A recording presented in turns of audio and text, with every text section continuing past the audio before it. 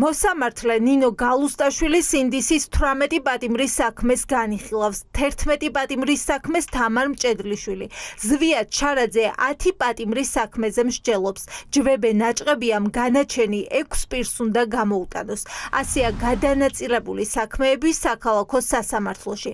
სისხლის სამართლის კოლეგიაში ჯამში 30 მოსამართლეა, ანუ 46 პირის საქმე მათზე უნდა გადანაწილებულიყო, თუმცა სისხლიანი დარბევების დროს დაკავებული სინდისის პატიმრების საქმეების 90% მხოლოდ ამ 4 მოსამართლეს დააწერეს. არსებული მტკიცებულებების შესწავლის საფუძველზე შეგვიძლია ნამდვილად განვაცხადოთ, რომ არსებობს იქ წინასწარი განწყობები, პოლიტიკური დაკვეთა, რასაც მიყვებიან კონკრეტული მოსამართლეები და როგორც ჩანს, მათ აქვთ კონკრეტული დავალებები, რომ ყველა მათგანი იყოს წინასწარ პატიმრობაში და ყველა მათგანის მიმართ, მიუხედავად იმისა, რას ამბობს მტკიცებულება, რას ამბობს ექსპერტიზა, დაადგეს გამომტყუნებელი განაჩენი. საქმეები სასამართლოში ელექტრონული პრინციპით ნაწილდება. მოსამართლეებს რიგითობის მიხედვით უწევთ პროცესები, თუმცა ყოფილი მოსამართლეები გვიყვებიან, რომ მანიპულაციის საშუალებები ამ სისტემაშიც რჩება.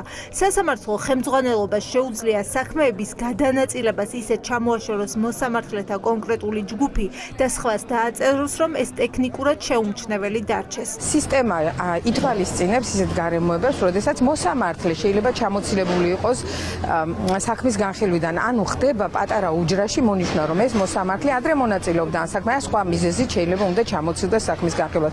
ან მოსამართლე მივნინებაშია, ან მოსამართლე ტრეინინგში, ან მოსამართლე ავად არის. ამიტომ ძალიან მარტივად შეუძლიათ ყველა ეს უჯრა სხვა მოსამართლეებთან მიმართ განხილვას სასამართლოში ასე მონიშნონ, ანუ დაკავებულად აჩვენონ და ავტომატურად თვითონ სისტემა ის ერთი მოსამართლის გვარი და სახელი დატოვონ, ან სასურველი მოსამართლის გვარი და სახელი დატოვონ და ავტომატურად თითქოს და ეს ელექტრონული წესით კანონის შესაბამისად ხდება განაწილება. ამიტომ არის, რომ ეს დიდ პრობლემას მათთვის არ წარმოადგენს მანიპულირება ნებისმიერ დროს, ნებისმიერ წამს. რატომ შეირჩა ძირითადად ეს 4 მოსამართლე, ვისაც პოლიტიკურად მოტივირებული საქმეები დააწერეს, როგორც აქციების დროს დაკავებულების, ისე პოლიტიკოსების, მათგან 2, ნინო გალუსტაშვილი და ჯვებე ნაჭყებია, ახალბედა მოსამართლეა და გამოსაცდელი ვადით არიან.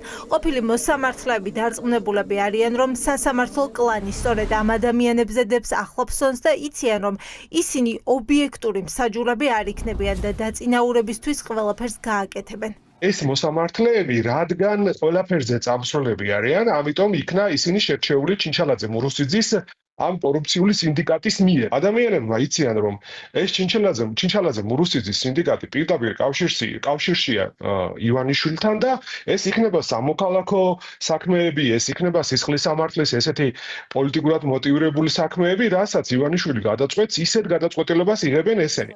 11 პირის საქმეს ნინო გალუსტაშვილი განიხილავს. მან მიუსაჯა პატიმრობა მათე დევიძეს და გიორგი მინდაძეს. ადვოკატებს აქვთ განცდა, რომ სინდისის პატიმრების საქმეების განხილველი მოსამართლეები პოლიტიკურ ზეწოლას ვერ უძლებენ და უწევთ დავალებების შესრულება. ისეთი მოსამართლეები არიან ხოლმე ასეთ საქმეების არჩეულები, რომლებსაც უჭირთ გაუძლონ პოლიტიკურ მოტივაციას, რომლებიც არსებობს ამ საქმეებთან დაკავშირებით, მათ შორის თუნდაც ანდრო ჭიჭინაძის საქმეს, ვინც განიხილავს მოსამართლე, მას რამდენიმე სინდისის პატიმრის საქმე ჰქონდა, ასევე პოლიტიკოსების საქმეც ჰქონდა, რაც ნიშნავს, რომ მას შესაძლოა მიიჩნევენ როგორც პიროვნებას, რომელსაც რთულია გაუძლოს პოლიტიკურ მოტივაციას. რატომ განიხილავს მოსამართლეთა კონკრეტული ჯგუფი, როგორც სისხლის სამართლის, ისე ადმინისტრაციულ საქმეებს? უფლებადამცველებისთვის ეჭვგარეშეა, რომ სასამართლო კლანის საქმეებს სწორედ ამ ვიწრო ჯგუფს ანდობს და ამ გზით აკონტროლებენ გადაწყვეტილების მიღებას. რატომ არის, რომ ერთი და იგივე მოსამართლეების გვარი გვესმის პოლიტიკურად მნიშვნელოვან საქმეებთან მიმართებით? ეს სწორედ აიხსნება იმით, რომ მოსამართლეები, რომლებიც არიან მაგალითად გამოსაცდელ ვადაში, მოსამართლეები, რომლებსაც სჭირდებათ საკუთარი თავის დამკვიდრება შემდგომ ის, რომ უვადოდ გამწესდნენ, სწორედ აი ასეთ ადამიანებთან ხდება საბოლოო ჯამში ეს საქმეები განსახილველი. ეს ამით აიხსნება და ეს არის მარტივი ფორმულა, რითაც რეალურად კლანი ახერხებს აი ამ ძალაუფლების გამოხატვას და იმ დავალებების შესრულებას, რომელიც ქართული ოცნებიდან მოდის. იმის მიუხედავად, რომ საქალაქო სასამართლოს ყავს სპიკერი მოსამართლეები, ვინც უფლებამოსილია ჟურნალისტების კითხვებს პასუხი გასცეს, ჩვენი მიმართვის მიუხედავად შერჩევითობის პრინციპთან დაკავშირებით, საპასუხო განცხადება არ გაკეთებულა.